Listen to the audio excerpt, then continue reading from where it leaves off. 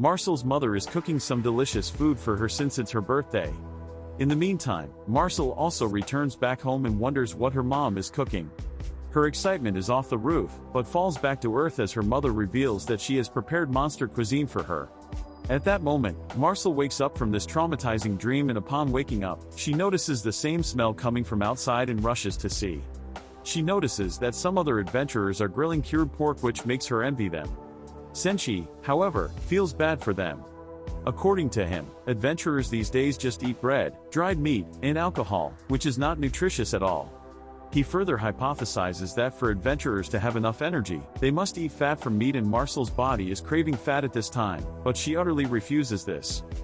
With this, they decide to hunt monsters with high fat content today and might as well grab some eggs.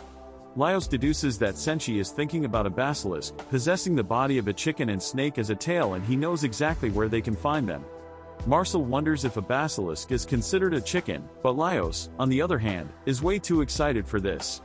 He also wonders if a cockatrice that nests deeper in the dungeon would taste better, or a basilisk, which makes Marcel question his sanity. Following this, they manage to locate a basilisk's nest, and Senshi also notices the eggs. As they are gathering eggs, Laios hears the basilisks cry and instructs them to hide. The basilisk is actually chasing some other adventurers and even manages to injure one of them.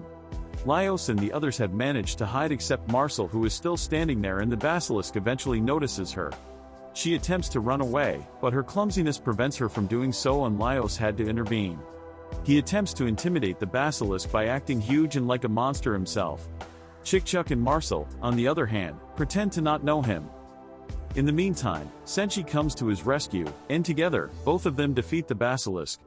Laios inquires about the injured adventurers as Marcel reveals that Senshi possesses the antidote. Senshi, however, is not keen on granting them the antidote since he wants to use it for cooking, which shocks them. He reveals that the antidote would still work if he consumes the basilisk's cooked meat, with Marcel urging him to hurry up. Senshi readily proceeds with the cooking process, and after some time, the roasted basilisk is ready. Marcel feeds the injured adventurer the meat, which shocks him. Marcel is supposed to heal the adventurer after this, but Senshi hands over a drumstick to her, which diverts her attention, and she completely forgets about healing him. After getting healed, the adventurers also join them in the feast and are absolutely delighted to have such a meal in this dungeon.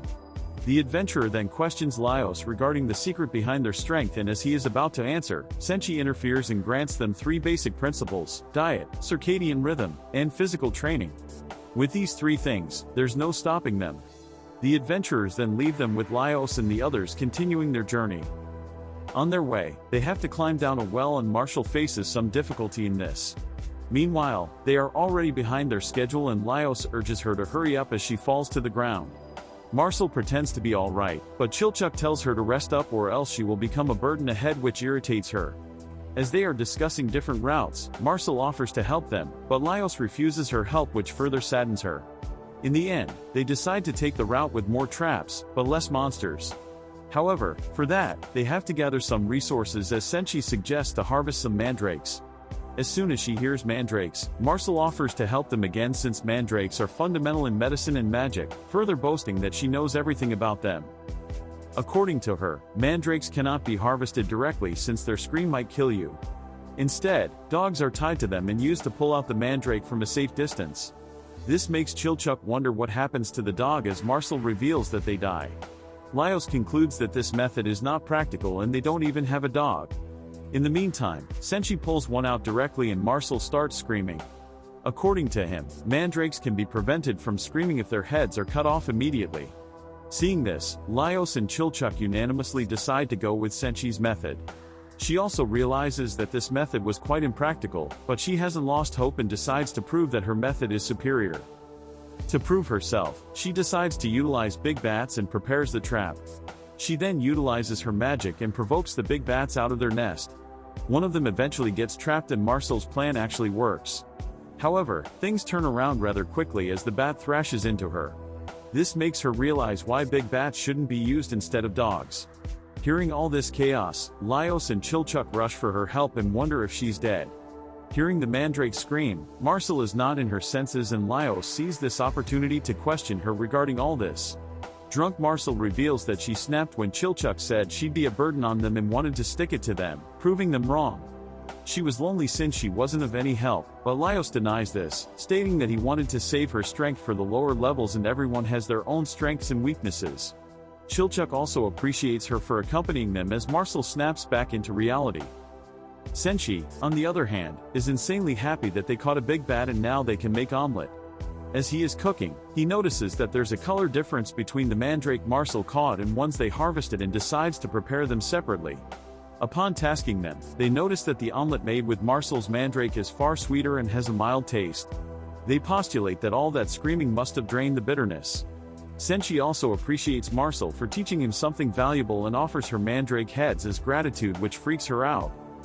Following this, they continue their journey through the path with more traps and less monsters. Chilchuk locates the entrance using Laios' sword, which shocks Senshi as Laios tells him about Chilchuk's speciality. Chilchuk also warns Senshi to not interfere in his work as he hates this. Upon entering the pathway, Chilchuk carefully locates the safe tiles to walk on and instructs them to follow his footsteps, but Senshi doesn't listen to him, eventually stepping on a trap. Chilchuk warns him once again, but Senshi keeps stepping on traps, putting their lives in danger. He even activates a fire trap and gets astonished by this. Seeing this trap, he realizes that they can fry stuff here and decides to make tempura for lunch. He then wonders if there are some oil traps and questions Chilchuk regarding this. Chilchuk refuses to help him, but Senshi insists. In the end, Chilchuk agrees to help him on the condition if he obeys him and doesn't interfere in his work, with Senshi agreeing to this. Following this, he locates the oil trap and on Senshi's instructions, he even activates it. Senshi collects this oil in his cooking pan and realizes that it is olive oil, which makes it perfect for frying. He then instructs Chilchuk to utilize the blade trap and cut the meat. Chilchuk refuses to help him, but Senshi is way too persistent and forces Chilchuk. Utilizing the massive blade, Chilchuk cuts the meat into appropriate pieces. Senshi then further instructs him to heat the oil using that fire trap, and in the meantime, Senshi prepares the material using bat meat, mandrake, and basilisk eggs. He then asks Chilchuk regarding the oil and deduces that it is perfect. With this, he instructs him to fry the tempura, but he fails miserably at this. At this point, Chilchuk is literally fed up and asks Senshi to take over the frying process. Following some failed attempts, their tempura is finally ready and it's time to dig in. As they are savoring their food, Laios cannot believe that he gets to eat fried food in dungeon. Senshi explains that it is extremely difficult to fry stuff on open fire, but he didn't know about this convenient trap room. Hearing this, Chilchuk instructs him to not use this room without his supervision, as Senshi appreciates his skills, stating that he can never imitate his trap manipulation skills. This flatters Chilchuk and he decides to teach Senshi some things about this trap room, so he can use it afterwards. I wonder when they will save Fallon. I mean, the way they are proceeding, it might take some time to reach there, and at that point, Fallon might actually become poop. Anyways, make sure to like and subscribe, so you don't miss out on anything.